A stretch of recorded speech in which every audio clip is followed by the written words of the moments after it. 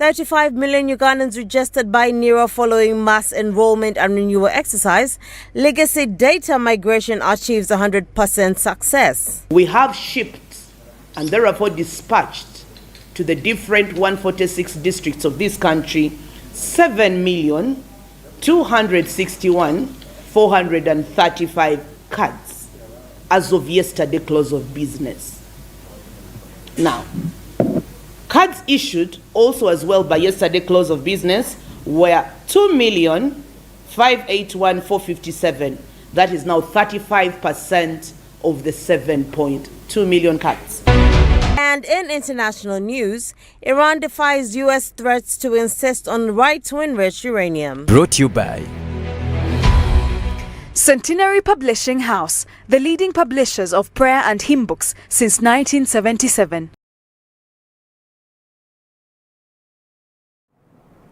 Now, starting off, the Ministry of Education and Sports has inaugurated and sworn in the 12th board of the Uganda National Examination Board, and emphasizing the importance of professionalism and accountability in safeguarding the credibility of the examination body. The board consists of 13 members. A swearing-in ceremony was presided over by the Minister of State for Higher Education, Honorable Chrysostom Muyingo, on behalf of Honorable Janet Kataha Museveni, the Minister of Education and Sports in Kampala. We have the report. The sworn-in members of the 12th UNEP board include Professor Celestino Bua as the board chairperson, Dr. Cleophas Mugenyi, Director for Basic and Secondary Education, Atima Frances, Director of Education Standards, Dr. Nambi Bernadette, National Curriculum Development Center, Atwine Jeffrey, Attorney General, and Nabukira Zulaika Secondary Schools. Others include Mukasa Herbert, Asmasia Beatrice Adiro, Nabusoba Harriet Sebabi, Muhammad Kaya, Dr. Rose Clark Nanyonga, Mlesa Juman Kabayo Patrick. Outgoing members include Ismail Mulindwa, Director for Basic and Secondary Education, Dr. Grace Baguma, National Curriculum Development Center, Wanyama Kodoli Attorney General's Office, Brother Dr. Gaston Mugabo Secondary Schools, and Nabagala Susan Primary Schools. In the name of the Almighty God, that I will be faithful and bear true allegiance to the board to the best of my judgment, skill and ability, execute and perform the duties required of me. The swearing-in ceremony was presided over by the Minister of State for Higher Education, Honorable Chrysostom Muyingo, on behalf of Honorable Janet Kataha Museveni, the Minister for Education and Sports. In her remarks, Mama Janet congratulated the new board and called for professionalism and accountability while safeguarding the credibility of the examination institution. The credibility of this institution directly affects public trust in our education system and, by extension, national development, of course. As a board, you are entrusted with the responsibility of providing strategic direction, ensuring sound governance, and safeguarding the autonomy and integrity of the examination process. You are expected to uphold the highest standard of professionalism, the highest standard of accountability, and ethical conduct, while working closely with management to improve service delivery and institution efficiency. The minister expressed the government's continued commitment to supporting UNEP, tasking the board to embrace technology and new ideas. In an era of rapid technological change and evolving education standards and demands, the board must also be forward-looking. Issues such as examination security, digital transformation, inclusiveness, and alignment with the national education goals require innovative thinking and a decisive leadership, which you are sure you are ready to provide. UNEP board chairperson Professor Celestino Bua indicated the key priorities as digitalization of the UNEP services and ending examination malpractice, a vice that has crippled education for long. The board is still going to continue to work against these cases of malpractice in the examination, and we want to believe that sometimes it's done because of lack of education to some of the players. I think it is also going to be incumbent that we ensure that the players, right from the the transport of the examination, the storage, the distribution, including the center opening of the papers. That's what we are going to try to scrutinize. He however called for more funding from the government to enable the board to run its activities proficiently. We want government to do that projection, to know that yes, as more and more of our learners complete their cycle, education cycle, it is incumbent or it is important to have this in the budget and be prepared to fund this. And that is always where we get shortfalls. We have more candidates. What we charge for examination is really not sufficient. We have challenges of transport. UNEB Executive Director Dan Odongo warned the members of the board against falling prey to unscrupulous individuals of the public. You will hear accusations that the board favors certain schools and marks them favorably, while certain schools are earmarked by the board to be undermarked.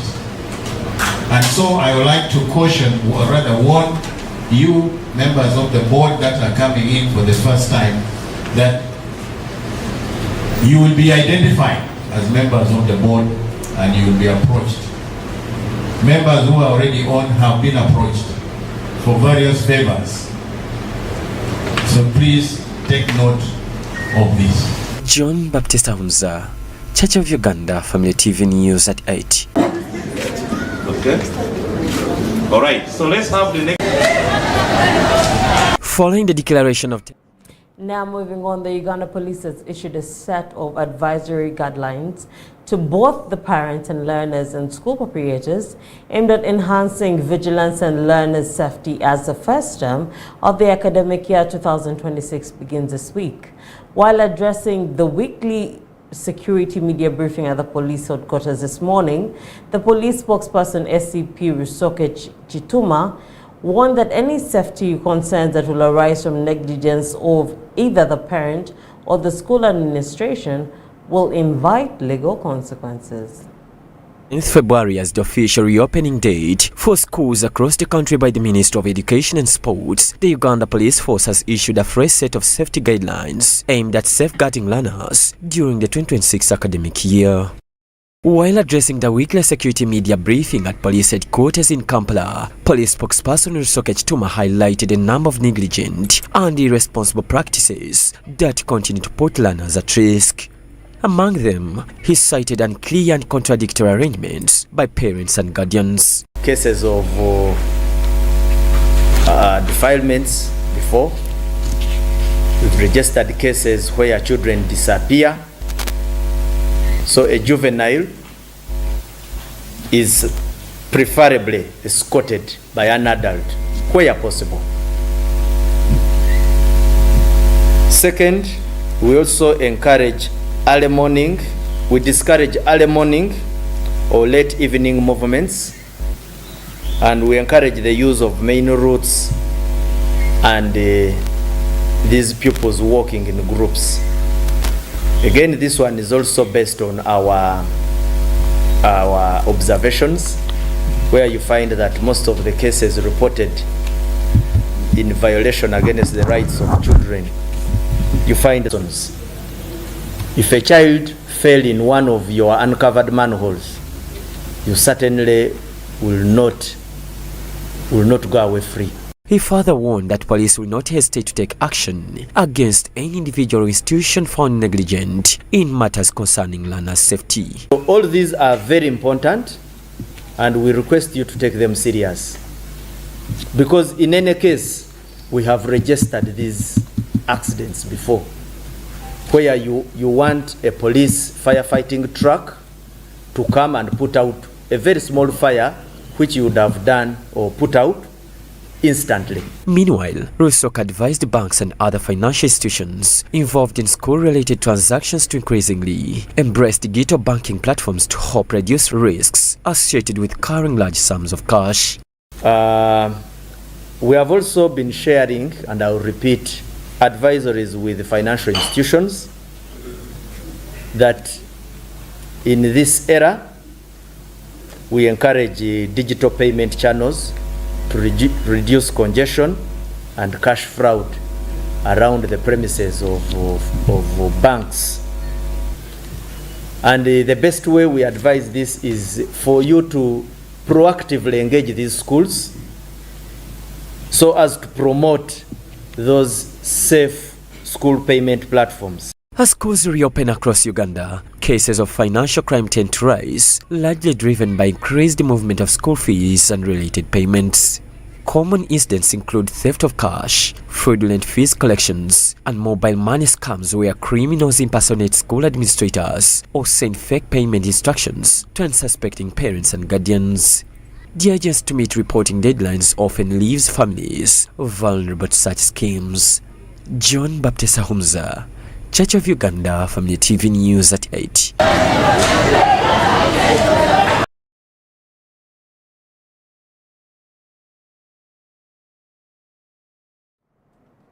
Now, Uganda's National Identification and Registration Authority has reached a major milestone, confirming that more than 35 million citizens have been registered in the mass enrollment and renewal exercise.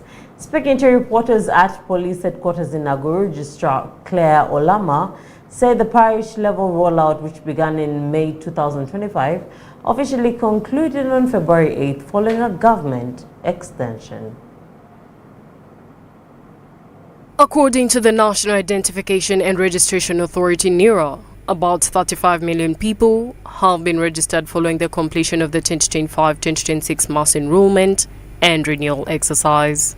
Addressing journalists today at police headquarters in Naguru, Registrar Claire Olama said the parish-level rollout of the exercise, which commenced on May 27, 2025, officially reached its first mass on February 8, 2026, following a government-approved extension. Gentlemen, the enrollment of persons and access of service from NIRA at parish level closed yesterday on 8th February 2026. She explained that the mass enrollment exercise was intended to migrate all legacy identification data to a new system, register newly eligible citizens, and renew expired national identity cards, among other functions.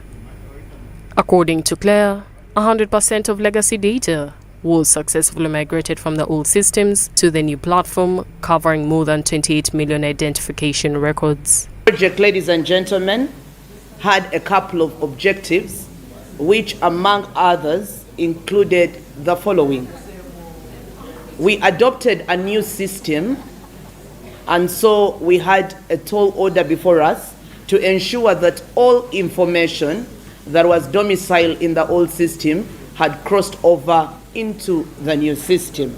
So migration had to be done of all records to be able to take on the new system. Ladies and gentlemen, we have successfully migrated all data from the old system into the new, and I wish to inform you this morning that 28 million records, 571,893 are now migrated into the new system. Despite the successful migration of data, the exercise recorded a lag in new registrations, with 6,416,958 people registered, against an initial target of 17.2 million, translating to 37.3%.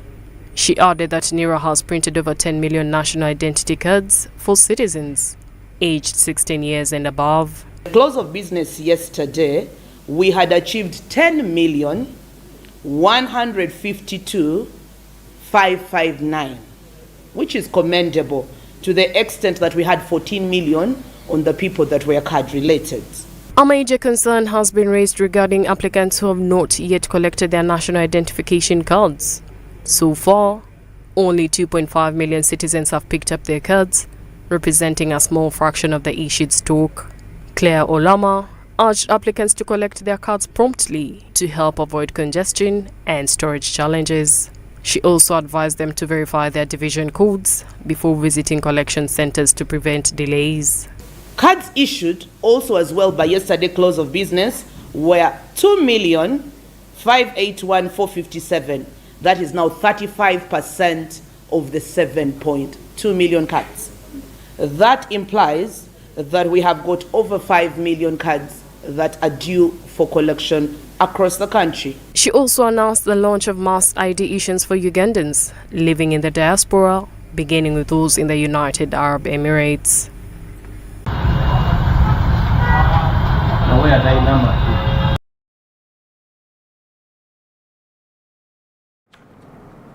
Now moving on, President Yoweri Museveni has praised the late Reverend Elisaf Serada for living a godly life and raising disciplined, patriotic children who have contributed positively to national development. Reverend Serada is the father of Colonel Edith Nakalema, head of the State House Anti-Corruption Unit. Our reporter has more. President Museveni conveyed his message through the Deputy Speaker of Parliament, Right Honorable Thomas Tayebwa, who represented him at the Thanksgiving and Memorial Service held at Kanyegenyege Village in Bobari Sub-County in Mbarara District. The ceremony also featured the laying of foundation stone for the new church, which is nearly completion. The church is being constructed by Colonel Edith Nakalema together with the family and friends. We are late, we are what? No. Hearing, which takabiro hon wari kugamba ebyo. Tukutanka ujangu what chereza. So I'm glad I listened to you and I witnessed that hearing going on and the good Lord guiding you. In his message, President Museveni described the late Reverend Serwada as a man who worked like Jesus Christ among his disciples, guiding people spiritually, transforming communities and promoting modern development. He noted that Reverend Serwada served at a time when many people were still trapped in harmful traditional practices and lacked basic health knowledge. Born at the peak of the revival movement, which carrying drinking pots, which spread diseases among people. Prayers were led by the Archbishop of the Church of Uganda, the Most Reverend Dr. Stephen Kazimba Mugaru, assisted by Third Archbishop Henry Korombi, and 8 bishops including the Bishop of Central Buganda, Right Reverend Michael Rubowa. Archbishop Kazimba described Reverend Serwada as a visionary leader who was deeply committed to fulfilling his dream of building a modern church. Remembering, did many good things, but more importantly, he accepted Jesus as his personal savior. That's the gist of the thing. You can do good things minus Jesus. Your good things can be very good for nothing. He encouraged Christians to trust God during difficult times, especially those affected by the recent elections, reminding them that God stands with the wounded in both heart and action. The Archbishop also thanked the family for donating land for the church, while expressing concern over the increasing cases of land conflicts in the country. He urged believers to choose love over hatred, emphasizing that love was a core value Reverend Serwada lived by. Kanjabi family, Benon family, Caleb Musinguzi, and we pray for even others who have worked so hard to ensure that this land is bought, this church is put in place, and all those, the Serwada Foundation. Retired Archbishop Henry Korombi said that the late Reverend Serwada truly loved God, something clearly reflected in the way he raised his children. He praised Colonel Edith Nakalema for remaining faithful to God and using her talents in service to the nation. Old father planted that seed of love. She honors people.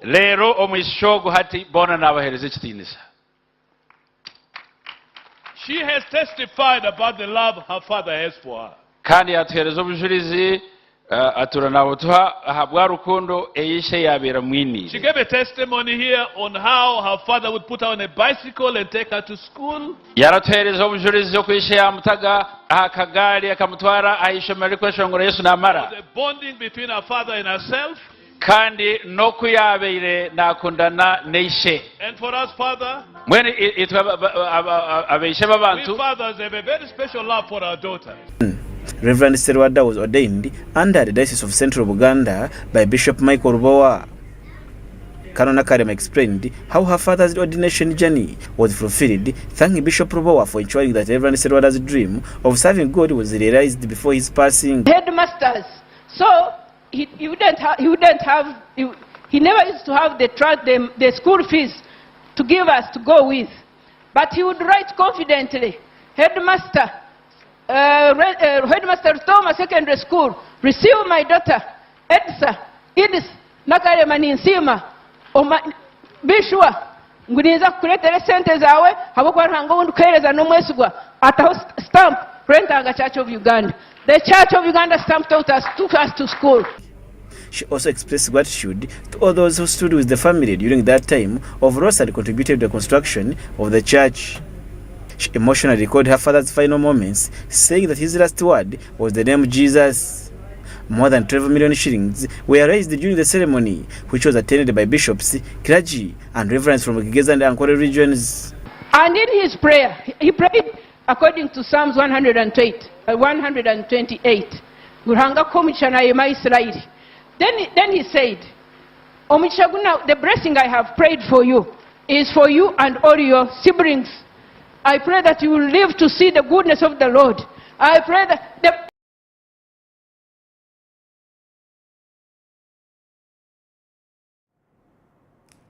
Now, one of the reasons I love Church of Uganda Family TV is because we get to experience more than just the news.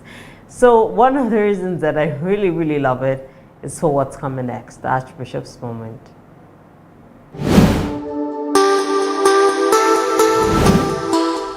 Archbishop's Moment.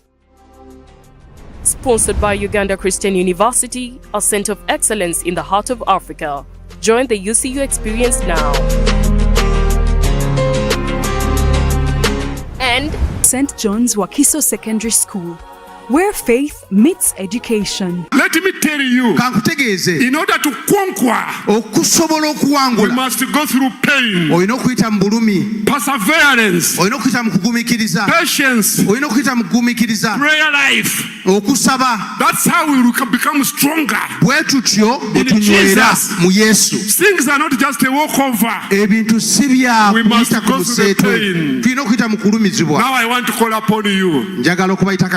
We have a crowd of witnesses. Let us be strong. Let us be immovable. Let us remain steadfast. tusigale mu kisinde kya Kristo, focusing our eyes on Jesus. nga tunuulidde Yesu. I remember Stephen, nzijukira Stefano, who was stoned. eyakubibwa amayinja. He didn't see the people were stoning him. teyalaba abo abamukuba amayinja. He saw Jesus. naye yatunuulira Yesu. Let us see Jesus. naffe tunuulire Yesu. Even when we go through troubles of this world, nga tuyita mu bizibu by'ensi eno, we focus our eyes on Jesus. amaaso tugatadde ku Yesu. Jesus. Yesu.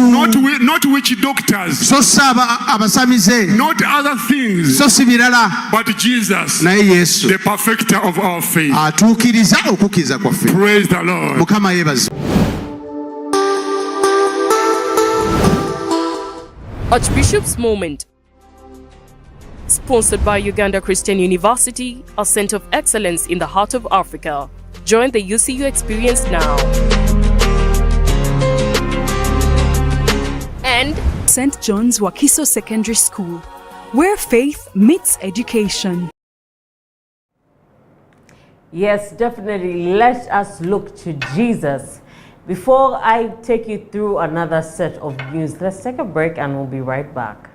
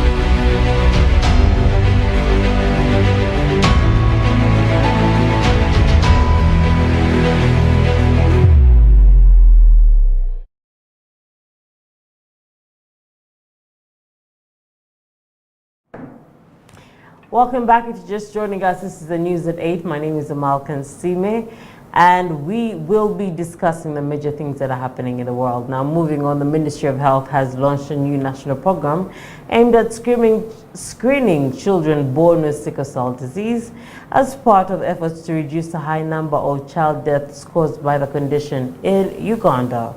The program was officially launched by the Permanent Secretary at the Ministry of Health, Dr. Diana Atwine, who says sickle cell disease remains one of the biggest health challenges affecting children under the age of 5. Sickle cell disease remains one of the leading silent killers of children in Uganda, claiming thousands of young lives every year, many of them before their 50th birthday. Despite being preventable and manageable, with early diagnosis and proper care, the disease continues to take a heavy toll, largely due to late testing, delayed treatment, and widespread misinformation in communities. Health experts warn that myths surrounding sickle cell disease have fueled fear and stigma, preventing parents from seeking timely medical help. As a result, many children arrive at health facilities when their condition has already worsened beyond control. According to Dr. Diana Atwine, Permanent Secretary, Minister of Health, many children continue to die from sickle cell disease due to late diagnosis and delayed treatment. About out of 20,000 children that are born with sickle cell, between 60 and between 6 and 9,000 babies die before they get to 5 years. And so if we are targeting reducing under 5, we must target sickle cell. She explains that early screening and timely medical care can greatly reduce the number of deaths, noting that children who are tested early and placed on medication have a much higher chance of survival. Introducing the newborn screening services. Initially, we were in some of the selected facilities, but we want now to roll over. If we do not address sickle cell in the next 20 years, sickle cell will be the biggest burden in our country. It will be worse than HIV. If these children are linked to care early, we'll be able to prevent, and also will reduce the possibility of getting complications, including organ malfunction. Dr. Atwine says one of the biggest challenges is misinformation, where some communities believe sickle cell disease is witchcraft. That is that this belief causes parents to delay seeking medical help, bringing children to health facilities when it is already too late to save their lives. She urged the public, especially couples planning to get married or start families, to go for screening before commitment in order to prevent future suffering. Sickle cell is a genetic disease. It's not curable unless you get bone marrow transplant. But also bone marrow transplant is extremely expensive. Therefore, the prevention arm is the surest way. If you know that in your family you have a trait, be aware.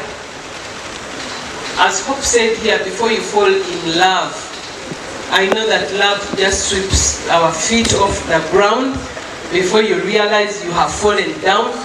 But while you are down, before you get up, make sure while you are still down, ensure that they test you, they give you the results while you are still down, so that when you are up, you have energy to stand up and say yes or no. Caring for children with sickle cell disease have shared heartbreaking stories of pain, financial strain, and emotional stress as they struggle to manage the condition. Dr. Hope Gloria Achiro says that the fight against sickle cell disease has deeply affected her personal life. Bugenda kutestinga obulumi bwe buleeta mu baana ate nga gommanyi nandisobodde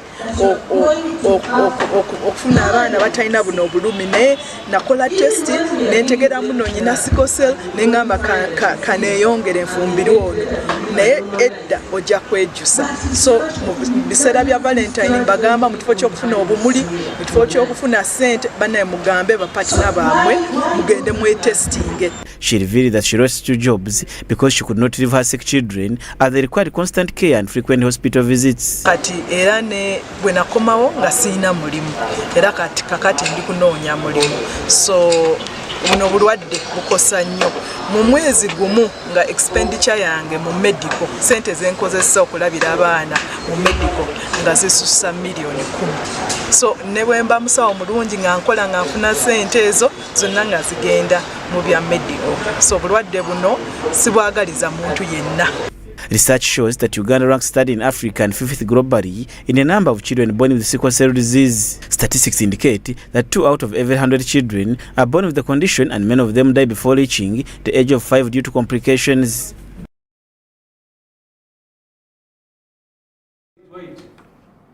Now moving on, street vending in Kampala's Central Business District has once again taken center stage as government enforces a 2-week ultimatum ordering vendors off the street.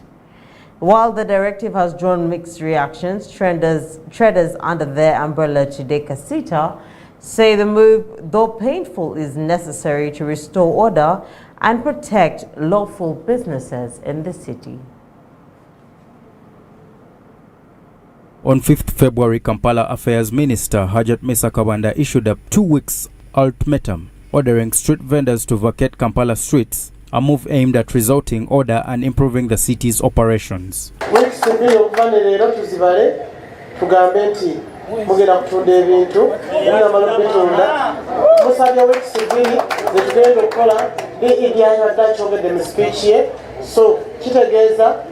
Ekirozo tukikyusiza mu katono tubawo okuva leero nga 5 paka ziba meka 19 ziba 19 ate awo ekirungi tujja kukwata Sunday market. Speaking to the acting chairperson of Kasita, Issa Sechito said the association is backing the minister's directive, noting that illegal street vending in Kampala Central Business District has blocked shop entrances and negatively affected businesses operating locally. He added that delays in enforcing the directive have caused significant losses since August, with scholastic dealers unable to sell their goods as vendors continue to block access to shops.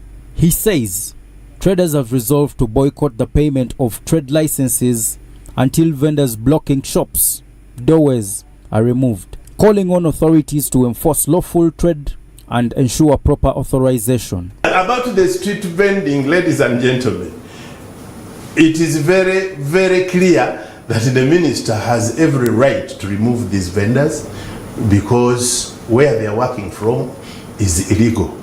You cannot operate from the doorways, yet anybody working within the CBD must have a trading license or permission to work from the KCCA.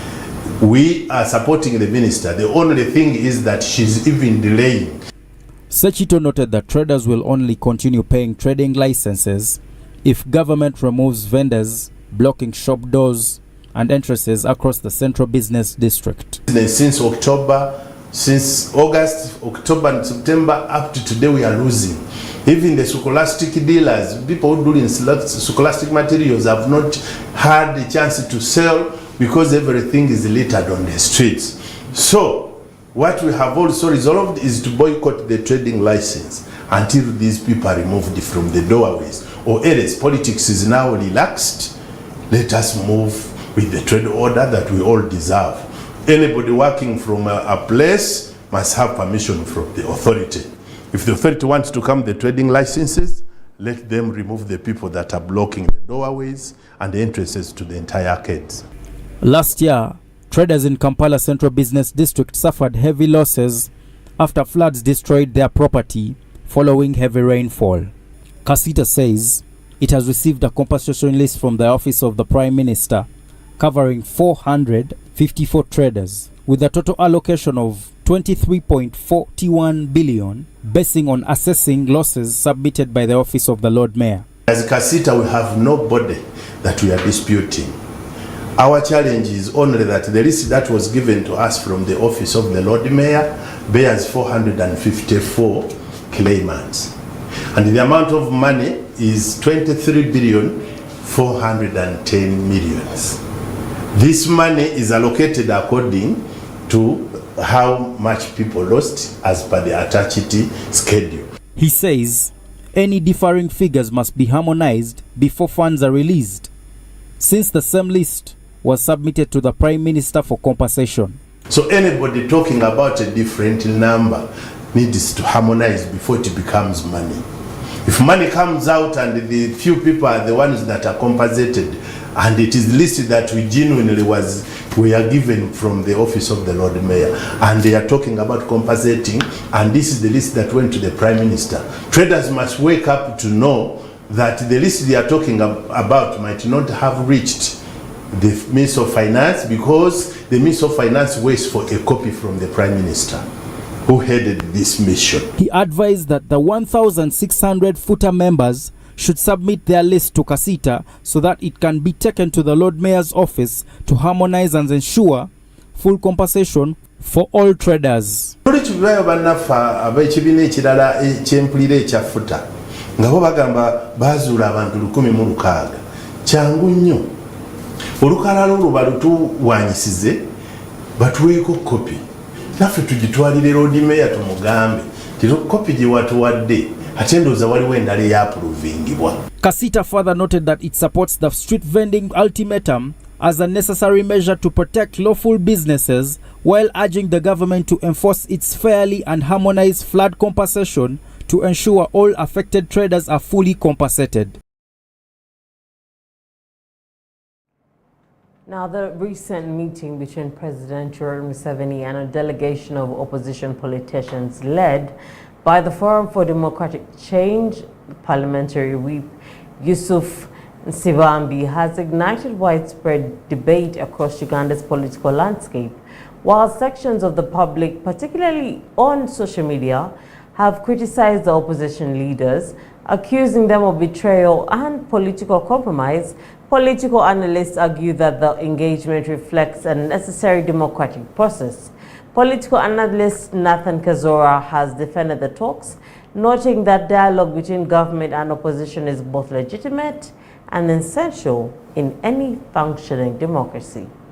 The delegation led by Maukwete South Member Parliament Yusuf Nsibambi met President Museveni at State House in Tebe to discuss matters of national stability and political reconciliation. According to Nsibambi, the fate of hundreds of political prisoners formed a central part of the discussions. Reacting to the controversy surrounding the meeting, political analyst Nathan Kazura says government around the world are built on negotiation and arbitration. He adds that opposition leaders have a responsibility to speak on behalf of citizens, including those detained over political activities. Me, I support it. Why do I support it?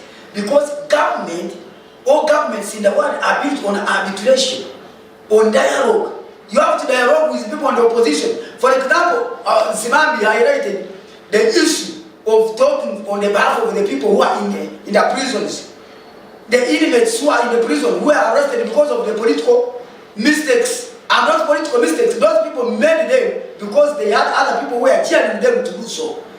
Their masters who are directing them to do mistakes. So I support the cause of Nsibambi and his friends who went to State House and arbitrate with President Museveni, such that those people who are incarcerated, they can be easily given their freedom out. You ask me, is the Museveni the one supposed to release their people, the prisoners?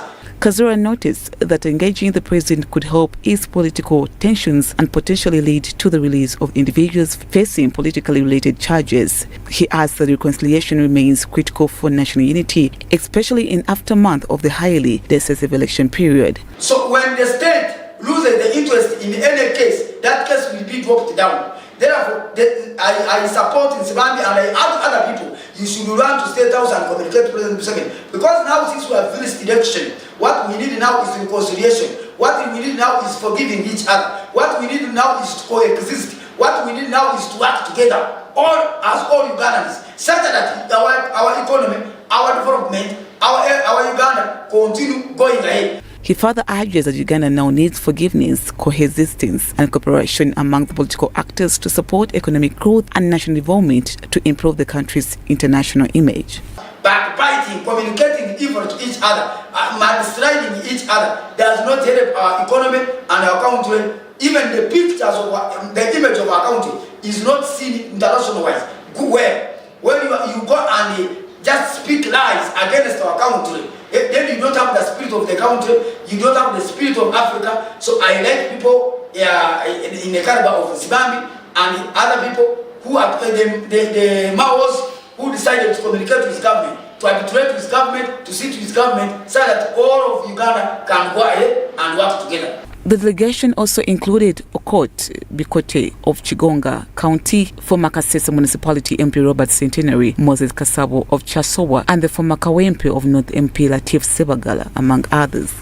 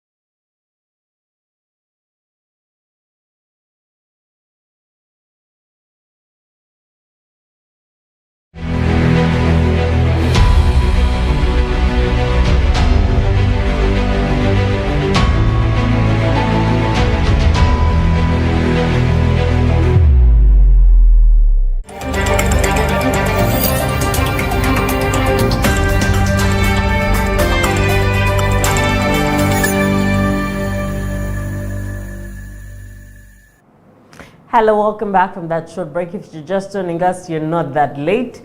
It is the news at 8, and my name is Amal Kansime.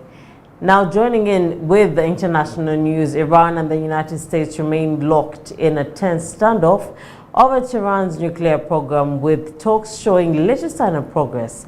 Despite recent indirect negotiations hosted by Oman, Iran has reaffirmed its right to enrich uranium, rejecting U.S. pressure to curb its activity.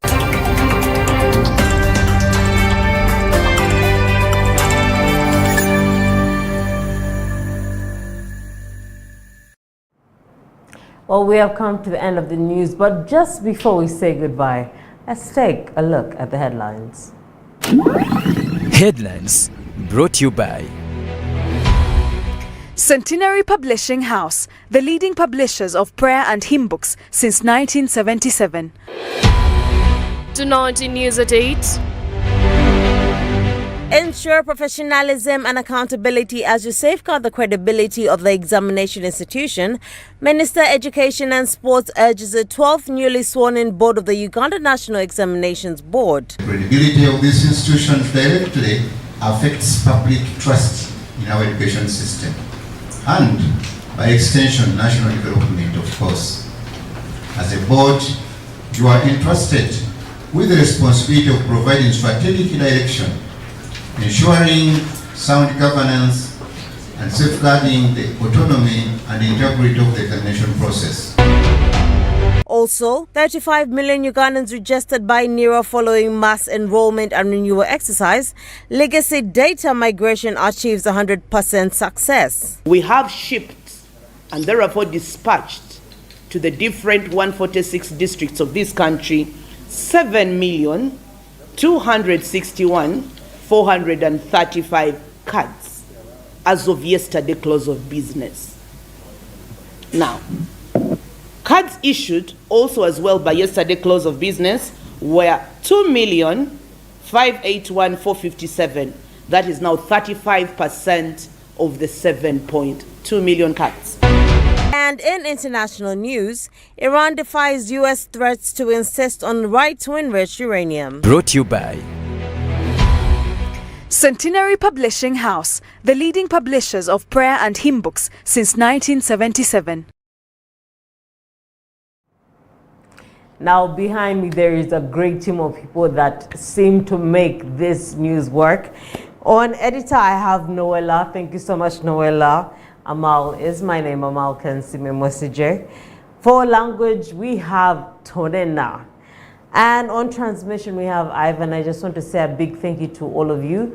And after this, we're going to have amazing shows coming after this. So do not touch that dial. Once again, my name is Amal Kansime. Thank you for watching.